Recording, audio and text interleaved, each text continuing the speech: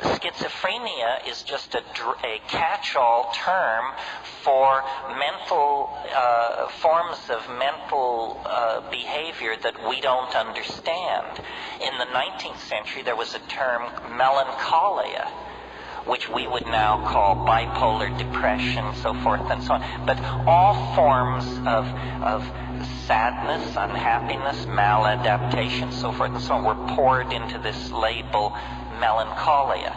Now, schizophrenia is a similar thing.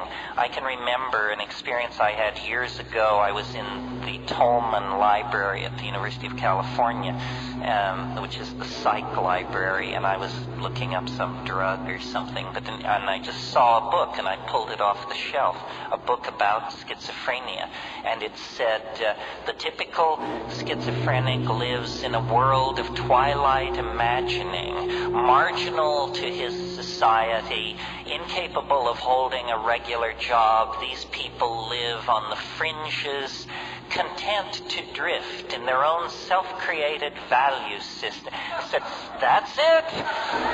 That's it. Now I understand. We have no tradition of shamanism. We have no tradition of journeying into these mental worlds. We are terrified of madness. We fear it because the Western mind is a house of cards, and the people who built that house of cards know that, and they are terrified of madness.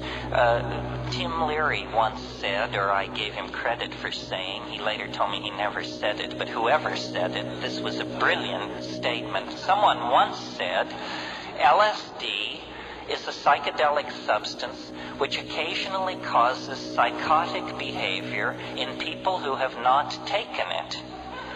Right? And I would bet you that more people have exhibited psychotic behavior from not taking LSD but just thinking about it than ever exhibited it from taking it. Certainly in my family, I watched my parents both go psychotic from the mere fact that LSD existed. They would never have taken it. There is a great phobia about the mind. The Western mind is very queasy when first principles are questioned.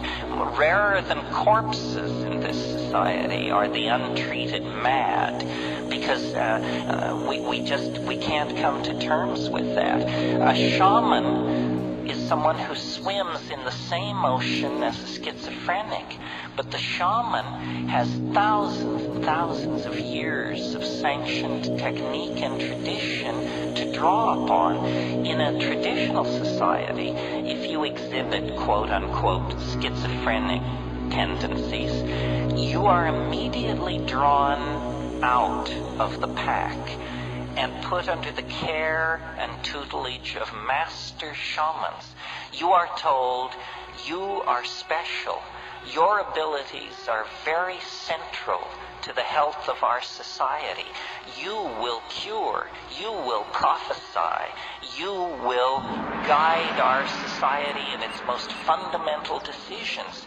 Contrast this with what a person exhibiting schizophrenic activity in our society is told. They're told, you don't fit in.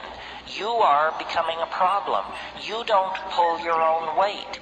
You are not of equal worth to the rest of us. You are sick. You have to go to the hospital. You have to be locked up. You are on a par with prisoners and lost dogs in our society. So that treatment of schizophrenia makes it incurable. Imagine if you were slightly odd and the solution were to take you and lock you into a place where everyone was seriously mad.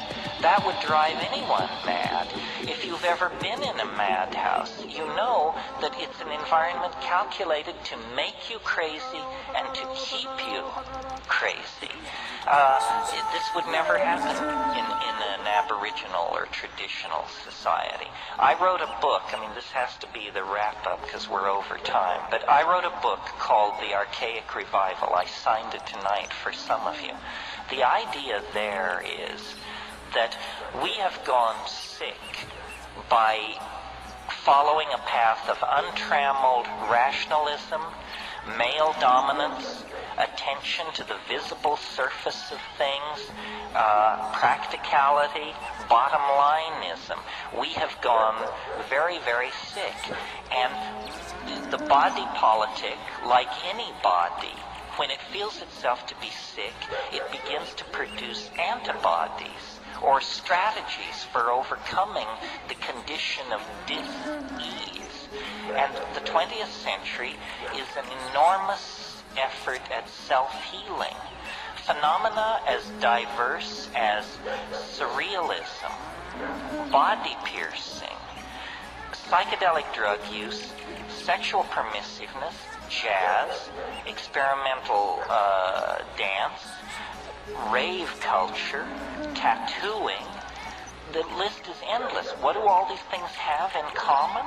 They represent various styles of rejection of linear values. The society is trying to cure itself by an archaic revival, by a reversion to archaic values. So when I see people manifesting sexual ambiguity, or scarifying themselves, or showing a lot of flesh, or dancing to syncopated music, or getting loaded, or violating ordinary canons of sexual behavior, I applaud all of this, because it's an impulse to return to what is felt by the body, what is authentic, what is archaic. And when you tease apart these archaic impulses, at the very center of all these impulses is the desire to return to a world of magical empowerment of feeling. And at the center of that impulse is the shaman, stoned, intoxicated on plants, speaking with the spirit helpers, dancing in the moonlight, and vivifying and invoking a world of conscious living mystery. That's what the world is. The world is not an unsolved problem for scientists or sociologists. The world is a living mystery. Our birth, our death, our being in the moment, these are mysteries. They are doorways opening on to unimaginable vistas of self-exploration, empowerment, and hope for the human enterprise. And our culture has killed that, taken it away from us, made us consumers of shoddy products and shoddier ideals. We have to get away from that. And the way to get away from it is by a return to the authentic experience of the body. And that means sexually empowering ourselves, and it means getting loaded, exploring the mind as a tool for personal and social transformation. The hour is late. The clock is ticking. We will be judged very harshly if we fumble the ball. We are the inheritors of millions and millions of years of successfully lived lives and successful adaptations to changing conditions in the natural world. Now the challenge passes to us, the living, that the yet to be born may have a place to put their feet and a sky to walk under. And that's what the psychedelic experience is about, is caring for, empowering, and building a future that honors the past, honors the planet, and honors the power of the human imagination. There is nothing as powerful, as capable of transforming itself and the planet as the human imagination. Let's not sell it straight. Let's not whore ourselves to nitwit ideologies. Let's not give our control over to the least among us. Rather, claim your place in the sun and go forward into the light. The tools are there. The path is known. You simply have to turn your back on a culture that has gone sterile and dead and get with the program of a living world and a re-empowerment of the imagination. Thank you very, very much.